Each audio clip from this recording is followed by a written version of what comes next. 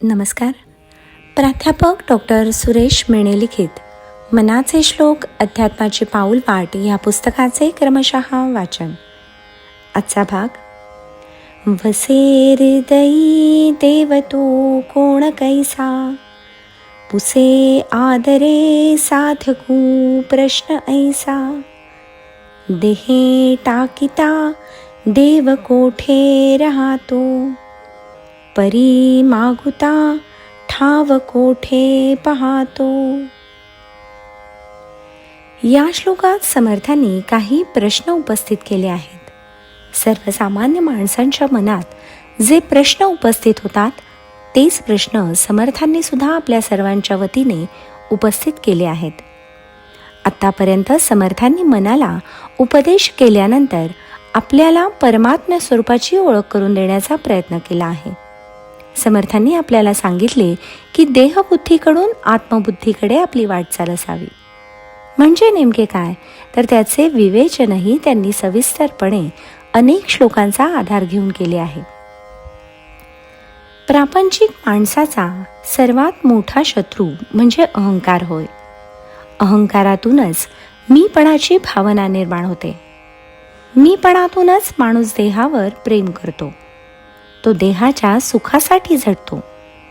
त्यासाठी पुन्हा पुन्हा संसारात गुंतवून घेतो. म्हणजेच त्याची देहासक्ती व प्रपंचासक्ती वाढते. शेवटपर्यंत तो या देहासक्तीतच गुंतून राहतो. यालाच समर्थांनी देहबुद्धी असे म्हटले आहे.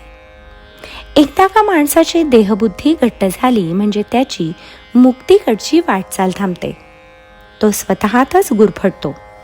म्हणजे स्वतःपासून सुरू केलेला प्रवास त्याचा पुन्हा स्वतःशीच थांबतो. समर्थांनी हे देखील सांगितले आहे की केव्हा तरी त्याला याचे ज्ञान होते की आपण प्रपंचातच अडकलो हे चांगले नाही, परंतु तोपर्यंत उशीर झालेला असतो.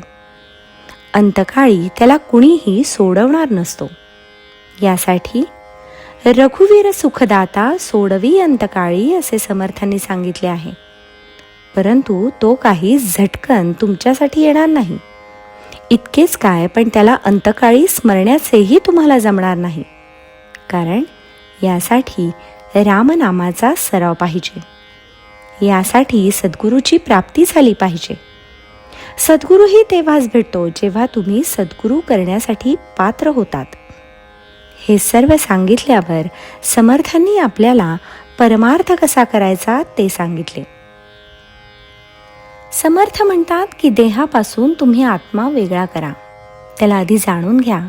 त्याच्या सुखदुःखाची पर्वा करा आणि मग त्यावेळेस आपल्या लक्षात येईल की आत्मा हा परमात्म्याचाच एक अंश आहे. त्यामुळे आपण ह्या आत्म्याला परमात्म्यात विलीन केले पाहिजे. यालाच समर्थांनी परमार्थ म्हटले आहे व आत्मबुद्धी असा शब्द वापरला आहे. हे सर्व सांगून झाल्यावर ते 3 मूलभूत प्रश्न उपस्थित करीत आहेत. पहिला, या हृदयात जो देव आहे तो कोण आहे व कसा आहे. दुसरा प्रश्न, हृदयात जर देव आहे तर मृत्यूनंतर हृदय बंद पडते, मग आपण शरीर जाळतो तेव्हा हा देव कुठे राहतो. आणि तिसरा प्रश्न, हा देव नंतर कोठे जागा शोधतो, म्हणजेच पुन्हा कोणत्या ठिकाणी अवतीर्ण होतो.